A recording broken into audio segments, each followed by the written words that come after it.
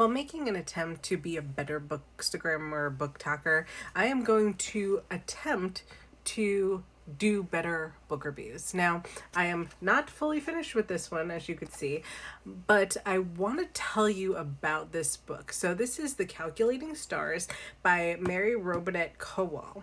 Now, the cool thing is that she's on Instagram. I always wanted to read this book. I have all of them. Like, they're back here somewhere. I'm pretty sure they're like on this shelf. And I was just like, I really want to read them. I hear such good things about them.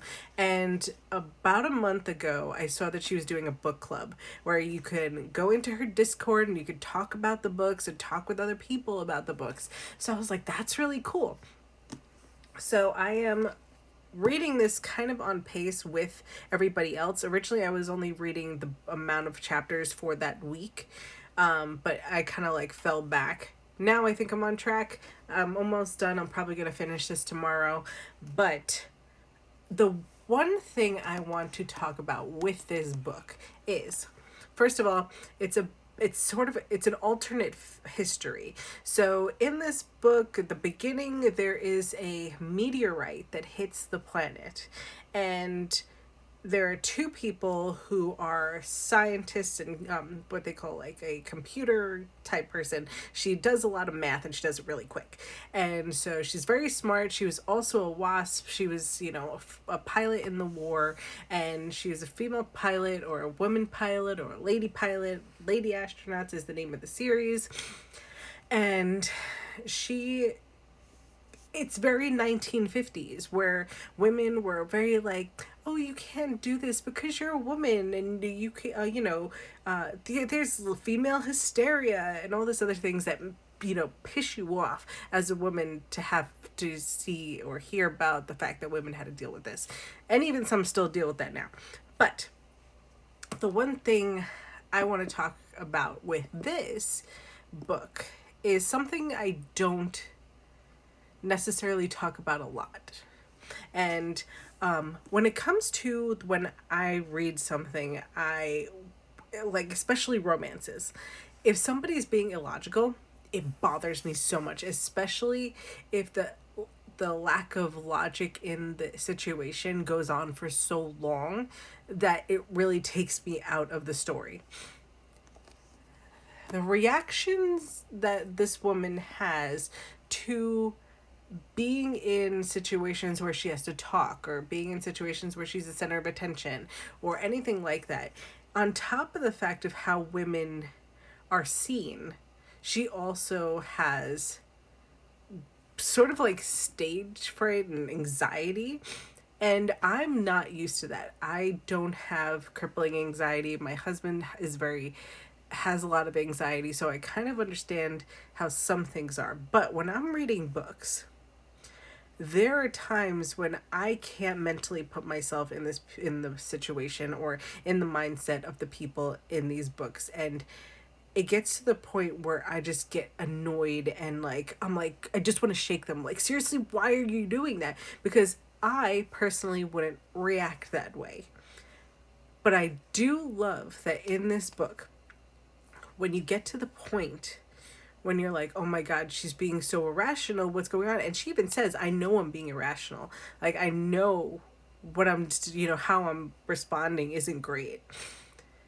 But it starts talking about the anxiety portion, and it gets to why she's acting the way she is. And you learn things about her that kind of make you go, oh wow, I kind of like misjudged her and why she's acting this way. Because there's at one point where she just keeps saying, I'm sorry, I'm sorry, I'm sorry. And it's something that she didn't really have control over, but she is apologizing profusely over it.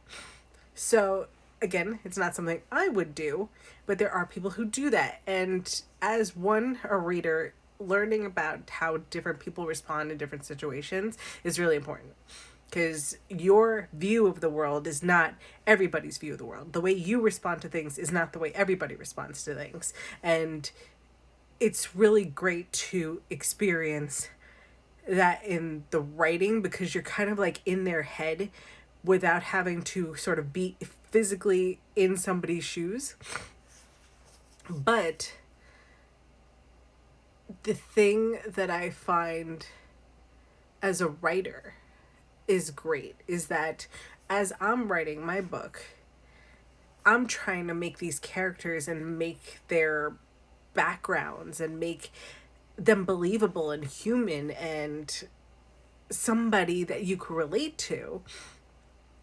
But I can't relate to every single person. So I have to now learn how other people respond to different situations. And I really like this book because this is a situation and a person and her experiences that I didn't necessarily think that I could put my head into, if that makes sense. And of course, there's many books that could go with that. There's all different books about different races, different classes, different religions, different experiences, that just picking up that book and saying, I'm going to take a chance and read this, even though it's not something that I can necessarily relate to, but it's an experience that I could learn from. And that's one thing I think is really awesome about books, is that you can now enter a world that you might not have had the opportunity to enter before.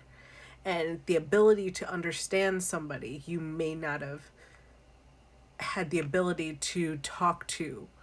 So, and do it in a space that makes it easier for you to digest, because maybe you do have that person that you're talking to, or this person that you know that has bad anxiety, and you don't want to ask them like, hey, why do you act like that? Hey, you want to just be normal? Because that might be something that's in your mind, because that's just how you're programmed and how you've experienced life.